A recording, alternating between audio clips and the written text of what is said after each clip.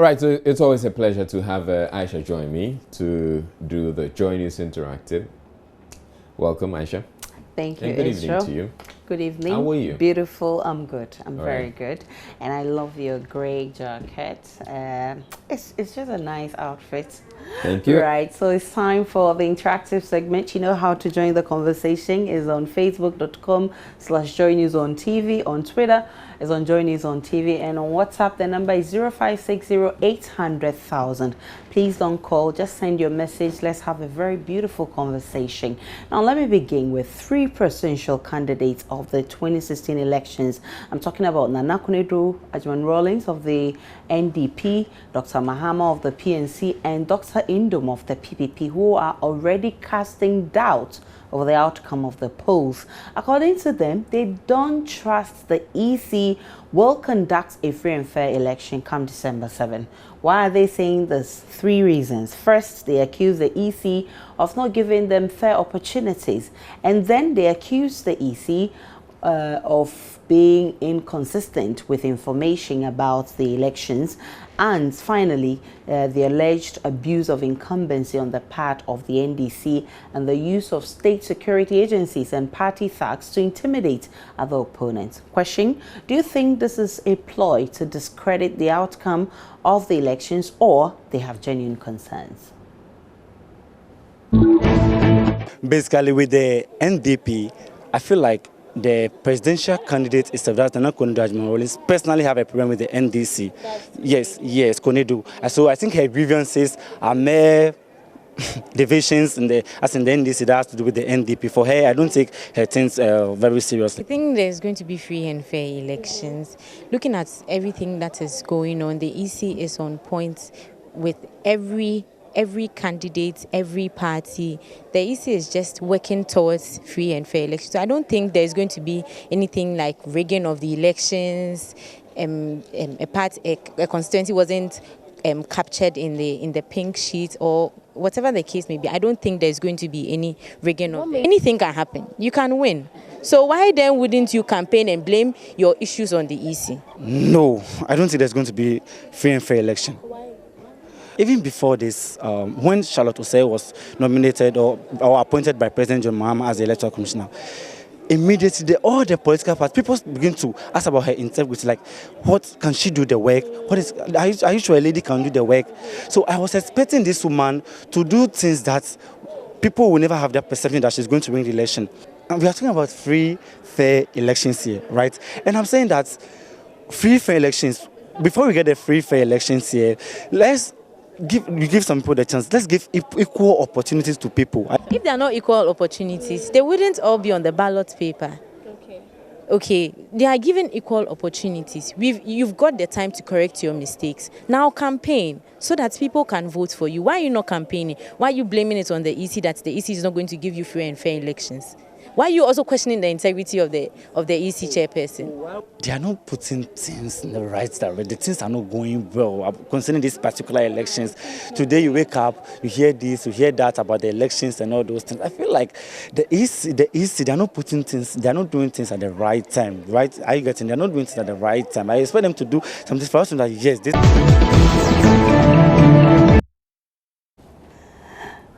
Okay, so those are some interesting comments from the streets. A lot of more comments are on Facebook. Israel will help us read us.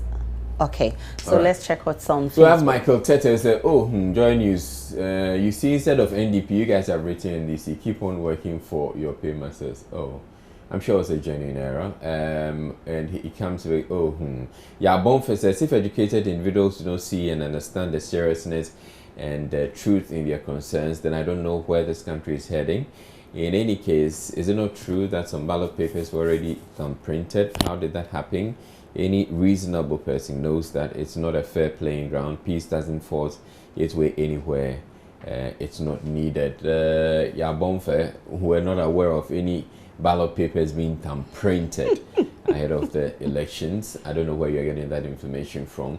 And Bright says, as usual, people are quick to condemn rather than analyze the points raised. Until we break away from the culture of seeing things in political colors, we would not develop as expected. And Eben says, see you guys, hypocrites, had you all joined hands with the MPP when we wanted major alterations to be done in the electoral system, would have together achieved something better than what you're crying over now. So he has a problem with them, with the parties involved. Samet says, who cares?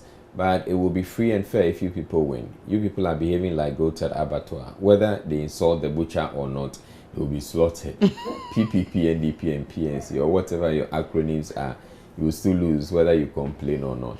Right, and on WhatsApp, this coming from Andy from Nkoko, he says they should give us a break. They're losers already. And this one is coming from Hayford from Takwa. He says if they were in power, they would have done same. And this from Ivan Badok from Sambuli. He says Indum is right because the EC delayed his campaign plans. And Wahab from Wa says, none of these parties is nowhere close to winning elections in the next decade to come. Oh, you're not being fair. And they only have an opportunity to participate just because of transparency and fairness. So they should stop discrediting the EC. Also, the Supreme Court has adjourned the case involving former Attorney General Martin Amidu, who was expected to question businessman Alfred Agbeshiwoyome for illegally keeping 51.2 million Ghana cedis in state money. Now, the case will now be heard on December 1, 2016. The highly anticipated oral examination could not come off after the former Attorney General and anti-corruption campaigner revealed that a fresh motion had been served on him by Mr. Woyome and a private legal practitioner, David Amethepe. The case will now be heard on December 1, 2016. And the question I ask, do you think this oral examination will ever come off? I mean, on the said date, December 1. I think the case will be adjourned again because this is an issue of great importance to the state and even Woyome himself, and you have to go through all the legal means. In as much as even on the first we have a special voting, I think it doesn't have any effect on the ruling of the case. So with that, I think the procedure can move on. People like Martin Amidu who are very much interested in this case, and Martin Amidu himself is a legal practitioner, so I don't think the case would die out that easy, but I think it's going to drag on for a long time before we even have the verdict. Disagree with him a bit because I think Martin Amidu gave a date, a specific date in which he will finish reading the document that was filed to him, the bulky document, when he was saying with a dialogue that happened in the court. If he wasn't going to pay, then he wouldn't have proceeded in paying the first 4 million Ghana cedi. But once he has given out certain installments, then definitely the rest will come. But as in when and how, I've said it and I'll say it again that Woyome is a powerful person. He has all the money to bring in people who can defend him. And Martin Amidu, on the other hand, is a legal practitioner. So this case will drag on. I think we might even have what we saw in the Supreme Court, 6 months, 8 months before we have the verdict. Quite interesting issues raised there. A lot of messages are also on WhatsApp, on Facebook as well. We'll take the Facebook shortly. Let me take those ones on WhatsApp. And this one is from who? What's your name? He didn't add his name. Okay, Eka from Kumasi. He says NDC is aware of the effect this case has on their chances in this election, so they will drag this till after the elections. And this one says no, Amidu is playing mischief. He is harboring bitterness against NDC, and it's coming from Andy from Nkoko. Opon Prempe from Sunyai says Wyoming is a smart man. And this one from Ofori Boateng says, Papa Wyoming, just open the ring so that the bout will come off. Wait, right. So let's see what's on Facebook, Israel. Prince Ismail says, I doubt it. Martin Amidu said it all. The NDC will do everything to prevent this because it's to the advantage and campaign. But I tell you what, hashtag change is coming. Prince Basal says, I sometimes can't understand why institutions like the Supreme Court allow government to decide for them, and Mahama will go and stand somewhere and say we should allow our institutions to work. Meanwhile, he's not doing same. Anum says, I don't think so, because the court is yet to decide whether the oral examination will come off or not. Moreover, I believe this examination can seriously affect the outcome of the general election. Our Bonfer says, even before today, Mr. Martin Amidu told us this thing will not come on. Simply put, we have only one option, our thumb. Ben for Richmond says, I don't think it's necessary. Getting our money back is what is important.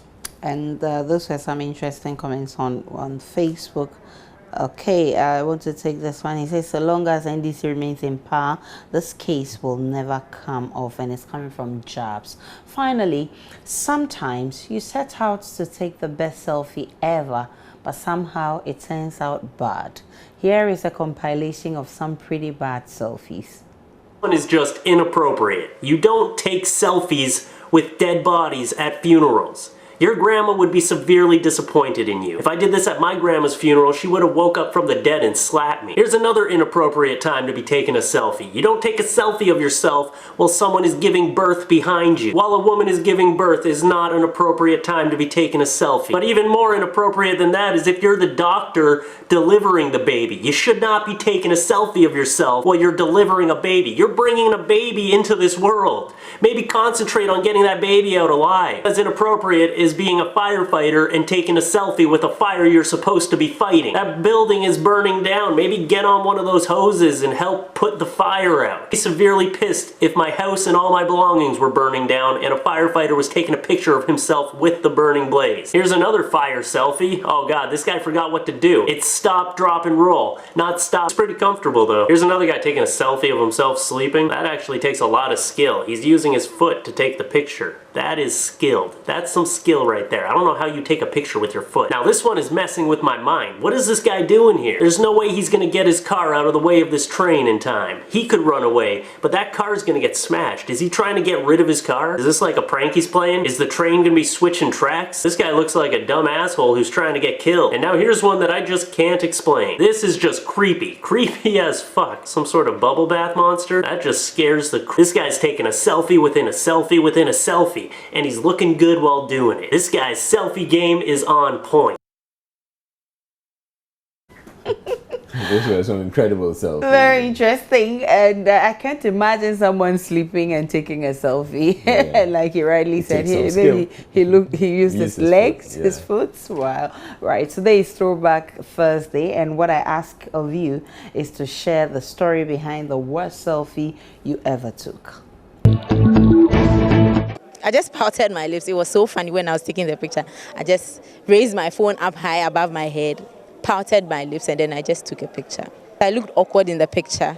In the market, and as I took my phone, I think a couple of market women behind me just also responded to the photo, holding their foodstuffs. I dressed like a lady and I took a selfie. It was so funny, trust me. It was so funny. What made you do that? I was in a earring. I'm a funny guy. I want to make people laugh. I always try to make people laugh. So I was in the heels, I wore a gown, and I was in a earring. And then I took a selfie. And my mom was like, oh my God, is that my son? I was like, yeah, mommy, that's your son. I didn't know I was standing behind the public toilet, and I just raised the phone. I took it, then the sign there, I don't want to see it on TV. Oh, so funny. It was nasty. It was written, no pay, no sh.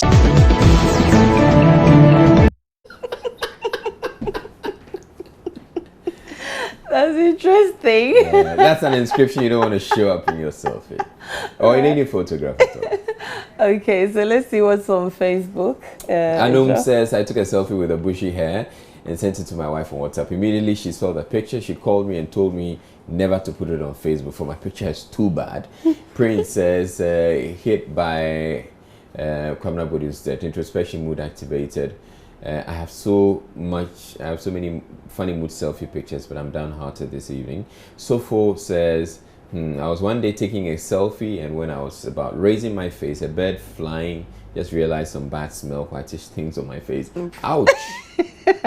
Okay, Nidoku says, I was taking a selfie with my niece. A kid hit her just when I snapped it. You need to see how it came out. And Benfo says, sometimes I go like, is this really me or someone else? Yeah, sometimes it's like that. All right, and then Elvis from Ho says, I personally think we're just going too far at times, taking selfie with dead bodies, newborn babies, like seriously, Africa. And Kwejoda Kon Adai, okay, I don't know what he's trying to say. Martin Manuel from Kumasi says, money can be retrieved if they've, okay, he's still talking politics. We've moved on from there. And this one, I think the word selfie will be taking a selfie when at the back of me a dog is pursuing and biting people while I'm busy enjoying life. And this from Sam from Accra. And this one says, there's a tape in tree going around insulting Mahama and not there's a propaganda from Andy. Okay, he's still talking politics. And this one is from Wahab. From Wah, he says, I used not to take selfies because I had a yam. Okay, I guess you have a phone that can take a selfie now. And this one says, I don't take selfies when you don't take selfies when you are in the bathroom. Other than that, there will be free show. And it's from Ofori Boateng. And of course, you need to be cautious when you're taking selfie, like cheese. Okay, so on that note, that's how we draw the curtains on Joineys Interactive. My name is Aisha Ibrahim. Have a great day.